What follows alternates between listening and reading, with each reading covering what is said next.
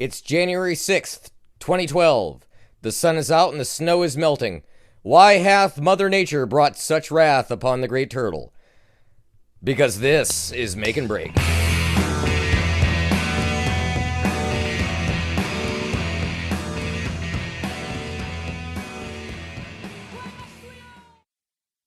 Bob Wood, National Program Director of the Chum Group, worked with us in producing...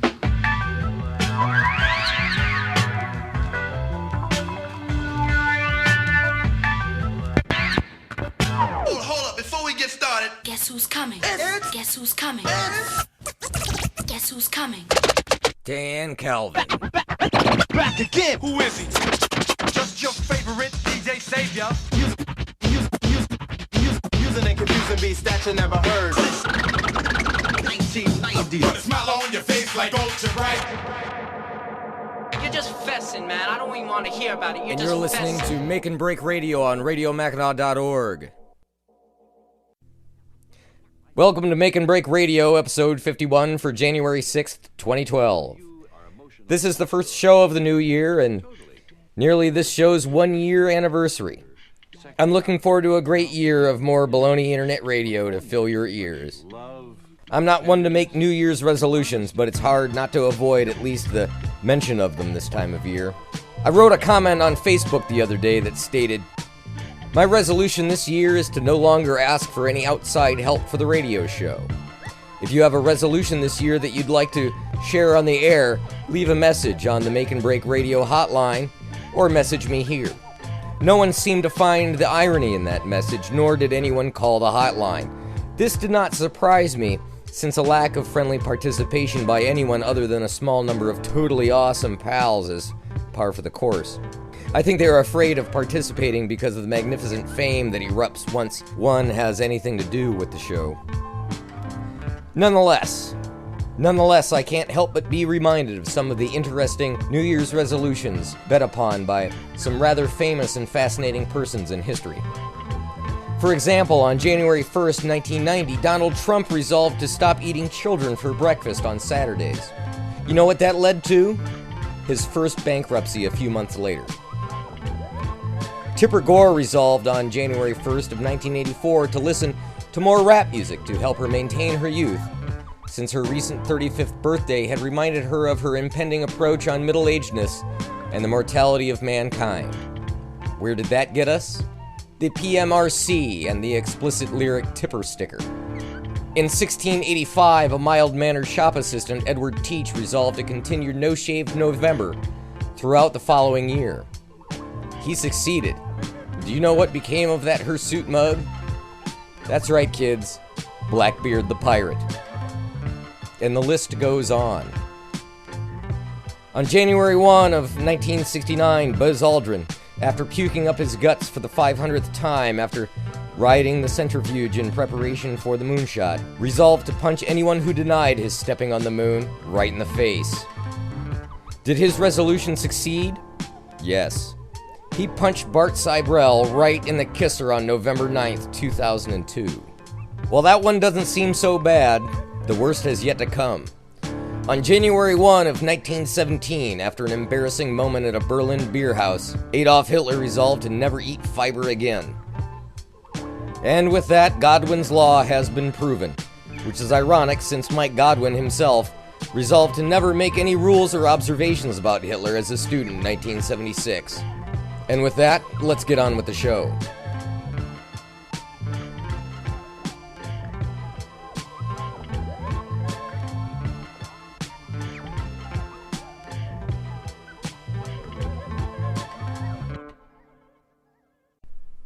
Join us for more at this show's website. Visit MakeBreakShow.com and listen to the podcast, and most importantly, leave a comment. That's MakeBreakShow.com. New message 6. Choose Radio Mackinac. Choose a non-profit radio station. Choose a Squint bike. Choose Big Ray in the Dray. Choose George Wellington's Taxi. Choose the Mustang Lounge. Choose the Village Inn. Choose Dow's Market. Choose Harrisonville General Store. Choose Dan Calvin's radio show. I choose not to choose the mainland.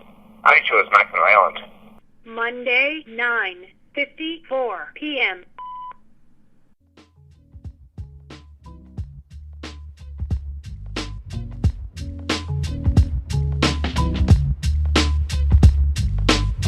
I learned of KRS-One from De La Soul's album Stakes is High. Yes, I'll admit it.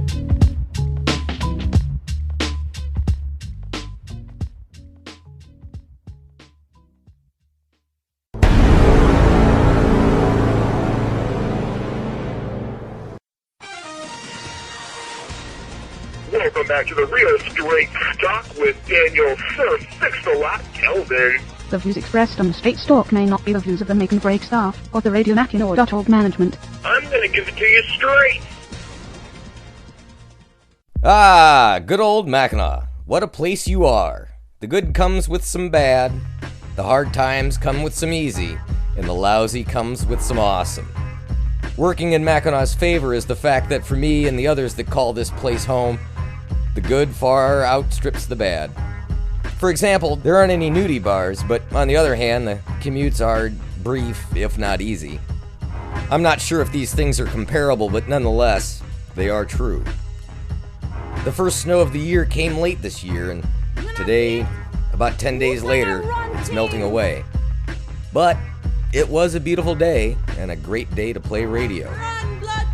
Today I was informed that my camera, which has been missing for about a week, and had presumably fallen from my coat pocket, was in the Mustang waiting patiently for my return. As one would say, only on Mackinac. But there was a downside. In the 10 days that it sat behind the Jaeger machine, not once was it used to capture the image of armpits, scrotums, or nose hairs. I was expecting more from this island and its great smart Alex.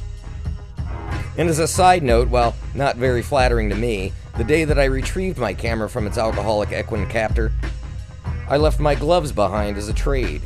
I had walked about 100 yards before I noticed my gaffe, and after turning around, I returned red-faced to retrieve my newly abandoned quarry. This is notable only because I'm not one to leave anything behind at the bar, other than my dignity and a few hours' pay. Now consider higher learning, or at least continuing education, while living on the island. Consider higher learning, or at least continued education while living on the island. Aside from online courses, such pursuits can be difficult if not impossible during the summer due to work scheduling, and winter due to the inability to leave. Ah, such is island life. I would love to take some improv acting and public speaking courses, just to push my lack of skills here. I would love to take some improv, acting, and public speaking courses just to push my lack of skills here to 11. And that's not going to happen. On the other hand, though, I can while away my spare time here on the island taunting visitors and fellow residents with silly antics and stupidity. Anywhere else, I would perform such acts as the bees gag, or telling waitresses that I have 11 kids, one of which has been determined to be a bit on the ugly side, and I had plastic surgery performed on him. I would find myself locked in a padded room, or worse. Thank you, Mackinac, for the opportunities you have given me. They far outweigh those that you've rendered impossible.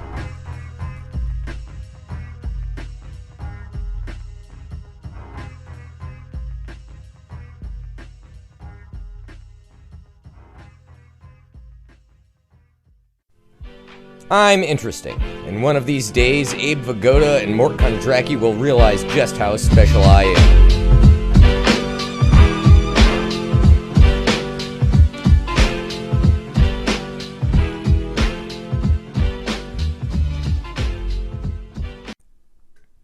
Now that I've assembled the TIAC quadraphonic rig that I won on eBay, and now know that the reel-to-reel I looted out of the Hudson's burning house works just fine, I need some recordings other than the sound of the mating rhinoceros or Allen Ginsberg complaining about his itchy socks. Someone send me some quarter-inch tape of the Edgar Winter Group.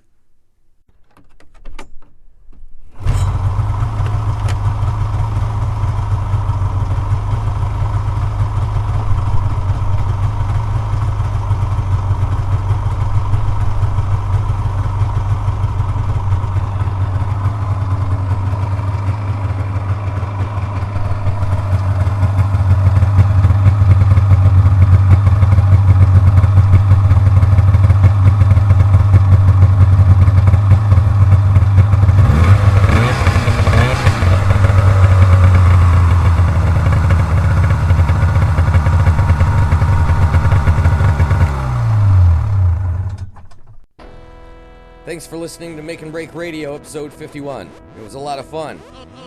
Have a good week. How will I celebrate this show's birthday, other than hookers and blow? Man, hookers get so expensive when you have to supply boat tickets. Have a good night.